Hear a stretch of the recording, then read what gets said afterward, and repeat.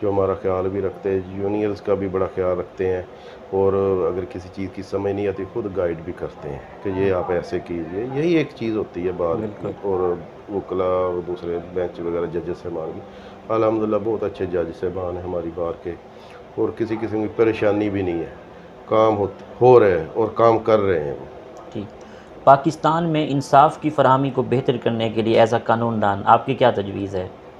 دیکھیں پاکستان میں انصاف کے جو ہے نا آپ کے نزدیک انصاف ہر ایک کو اپنے لیے کرنا پڑے گا. ٹھیک ہے، اس میں انصاف ہو رہا ہے، مگر یہ لازمی نہیں ایک کے حق میں فیصلہ ہونا ایک کے خلاف بھی ہونا ہے.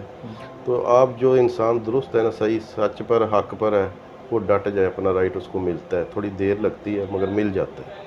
ٹھیک. آپ نے اپنی جنرل سیاست کا آغاز کب کیا؟ میں نے جنرل سیاست کا آغاز جو ہے 2012 میں کیا تھا. میں لاہور گیا تھا، پاکستان جسٹس پارٹی کی فورم پر مجھے اس وقت ٹکٹ ملا. ٹھیک. تو انہوں نے مجھے ٹکٹ دیا تھا. کرا میرا کی والدہ میرے ساتھ ایم پی کے الیکشن کی کنٹیسٹ کر رہی تھی. اچھا. تو ہمارا پینل الحمدللہ بڑا فنی قسم کا پینل تھا.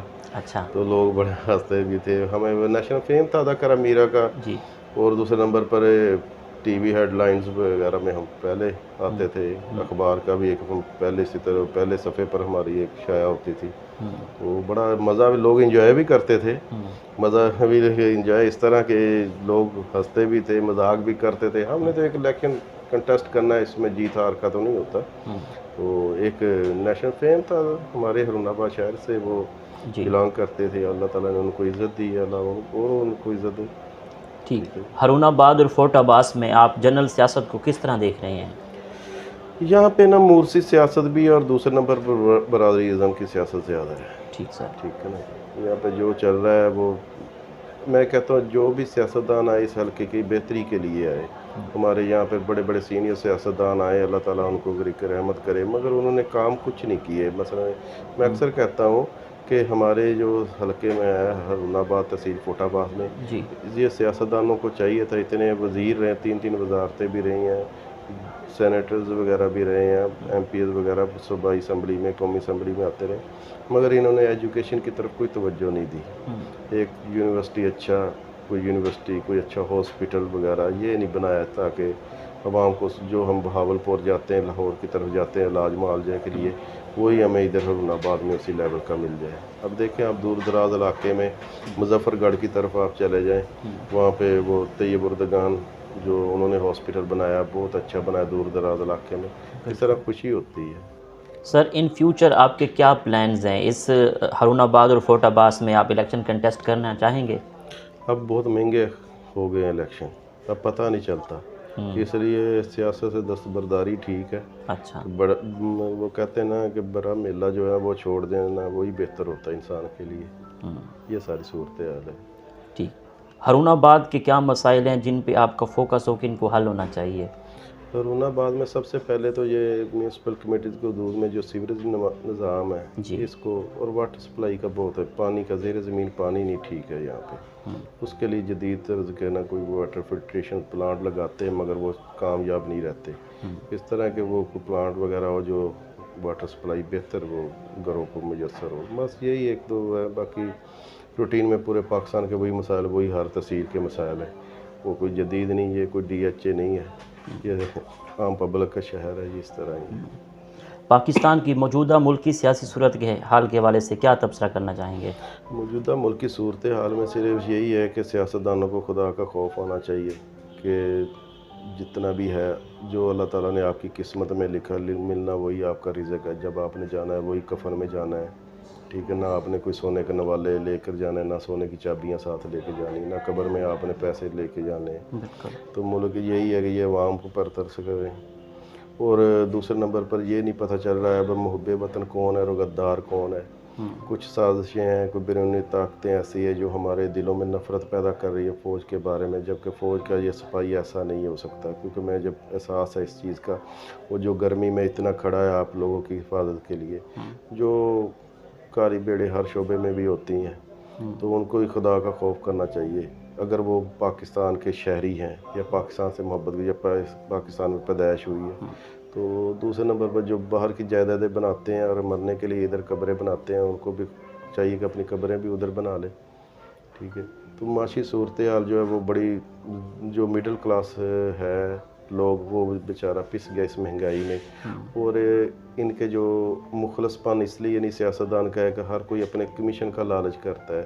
اس چیز کو جب کرپشن ہمارے کسی شعبے میں ہر چلے جائے، کرپشن ہر شعبے میں، جب تک عوام، جب تک ہم خود نہیں ٹھیک ہو سکتے اس وقت کچھ بھی نہیں. ہمارا جس طرح کا حال ہے ویسے ہی ہمارے حکمران ہم پر مسلط ہے. یہ اللہ تعالیٰ کا حکم ہے، ربی ہے، اس کو صبر سے کرتے ہیں، دعاؤں سے بھی نہیں، کوئی دعاؤں سے بھی ہوتا ہے. ٹھیک ہے. تو یہ ملکی صورتحال کی تو بڑی مشکل ہے کہ دل بعض کا بڑا خون کے آنسو ہوتا ہے. ہمارے جو آباء و اجداد تھے انہوں نے یہ سوچ کر اس ملک کو تو نہیں بنایا تھا. اب ہمسایہ ملک ہے، وہ ترقی کر رہے ہیں، ہم پس رہے ہیں، ہم سے مہنگائی کے بل ہی نہیں پورے ہو رہے. تو یہ صورتحال ہے کہ احساس کرنا چاہیے جب تک یہ سارا بوجھ اپنی عیاشیاں کم کریں، لوگوں کو سہولیات دیں، پھر آ جائیں گے. جو اپنے باہر کے اپنے بینکوں میں پیسے رکھیں وہی زکوٰۃ سمجھ کے اس ملک کو دے دیں. سوچ سمجھ کے اگر آپ کے 100 مربع، آپ کا کسی سیاستدان کا 100 مربع زمین، اگر وہ 10 مربع زمین وہ ڈونیٹ ہی کر دے، وہ عوام میں اس کی تقسیم کر دے، کیا ہونا لگے. اللہ تعالیٰ اور اس کو رزق میں. اصل میں نا جو اسلامک تعلیمات سے بہرہ روی ہے، لوگوں کو شعور نہیں ہے. شعور ہمیں شروع سے 1947 سے نہ دیا گیا ہے کہ وہی چیز ہے. تو شعور تو اسی طرح سمجھ لے کہ ہم نے قرآن پاک سے ناپید ہے، عمل کی کمی ہے. جو عمل کرے گا انشاءاللہ وہی کامیاب ہوگا. ٹھیک سر، آپ کو ٹورزم کا کتنا شوق ہے؟ پاکستان کے کون کون سے شہر اچھے لگتے ہیں؟ پسندیدہ شہر کون سا ہے؟ ٹورزم یہی ہے کہ جب اسٹوڈنٹ لائف میں جب جاتے تھے سیر کرنے کے لیے، ٹھیک ہے، وہاں پہ، اور مجھے سب سے پرامن یہ ہے کہ میں یہ ڈیرہ غازی خان کی طرف فورٹ مینرو ہے نا، وہاں پہ راشن نہیں ہے. اور وہی سہولیت مری میں چلے جائیں. مری شہر میں ایک ہر جگہ پہ وہ پیسے لیتے ہیں، ذلیل و خوار کرتے ہیں سیاحت کو. تو دوسرے نمبر پہ یہ ہے کہ فورٹ مینرو میں پرسکون ہے. وہی چیز ہے، انجوائے کرنا انسان ہے. جائے ادھر اللہ تعالیٰ کی قدرت، ادھر نظارے بھی ہیں، ٹھنڈ ادھر بھی ہے. یہ ساری صورتیں. آپ کو کھانوں میں کیا کیا پسند ہے؟ پسندیدہ ڈش کون سی ہے؟ کھانوں میں کوئی شوقین نہیں، اتنے بس شوق نہیں ہے. جو مل گیا شکر الحمدللہ. زیادہ تر ہم سادہ دیہاتی ماحول کے جو دیسی کھانے ہوتے ہیں وہی پسند کرتے ہیں زیادہ. بعد میں جو اتنے مسالے ہیوی یا فاسٹ فوڈ کھا کر جو ڈاکٹر زراعت کو دینی ہوتی ہے میڈیسن وغیرہ لے، پہلی بندہ پرہیز کر لے، اپنی صحت کا خیال رکھ لے. یہ ٹھیک ہے. آپ کی نظر میں کامیابی کیا ہے؟ میری نظر میں کامیابی یہی ہے کہ اللہ کے برگزیدہ بندوں کے اطاعت میں، اللہ رب العزت کے احکامات، اس کے رسول، اسلامی تعلیمات کی روشنی میں جو وقت گزر جائے وہی ہے. ہر حال میں شکر الحمدللہ ہے بس. ان فیوچر آپ کے کیا پلانز ہیں؟ دیکھیں، فیوچر انسان بناتا ہے، کچھ چیزیں خود بھی بنانی پڑتی ہیں. فی الحال تو ایسے ہی جس طرح جو ملک کے حالات ہے، فیوچر کوئی نظر ہی نہیں آ رہا. ٹھیک ہے، ملک کی موجودہ صورتحال کے مطابق کوئی فیوچر نہیں نظر آ رہا. بس یہی ہے جو آپ کو، اور ہم جس ٹرین میں سوار ہیں اسی سواری ہیں. ٹھیک. آخر میں سننے والوں کو، دیکھنے والوں کو، وکلا برادری کو ایز اے قانون دان، ایز اے سیاستدان، الیکشن بھی کنٹیسٹ کر چکے ہیں قومی اسمبلی کا، کیا میسیج دینا چاہیں گے اس موجودہ دور میں؟ اس موجودہ دور میں یہی کہ صبر کریں. جو بھی ہو رہا ہے، مہنگائی کا دور چل رہا ہے، یہ عارضی ہے. انشاءاللہ اللہ تعالیٰ ہمارے سیاستدان کو ہدایت دے، اور کچھ بیرونی قوتیں جو ان کی جو سازشیں ہیں اللہ تعالیٰ ان کو ناکام فرمائے. تو صبر کریں، اللہ تعالیٰ بہتر کرے گا. ان اللہ مع الصابرین. اللہ رب العزت نے جو آپ کی قسمت میں رزق لکھا وہ آپ کو ملنا ہے، چاہے جو مرضی ہو. یہ ہم پر ڈپینڈ کرتا ہے، چاہے ہم لالچ کی بنا پر کوئی جلد بازی کر لیں، گرم گرم کھانے کی کوشش کریں، یا ٹھنڈا کر کے کھا لیں. ٹھنڈا کر کے کھائیں گے اسی میں برکت ہوگی، اللہ بھی کوئی بالکل ایسا ہی. انسانیت کو مد نظر رکھیں، لوگوں کے ساتھ احسن رویہ جو ہے وہی بہتر ہوتا ہے. بالکل. ٹھیک ہے سر، بہت شکریہ. Nice talking to you. Thank you very much. جی تو ناظرین، آپ نے آج کی شخصیت پروگرام سنا. ایک نئے پروگرام میں ملاقات ہوگی. تب تک اللہ حافظ. اللہ نگہبان. پاکستان زندہ باد.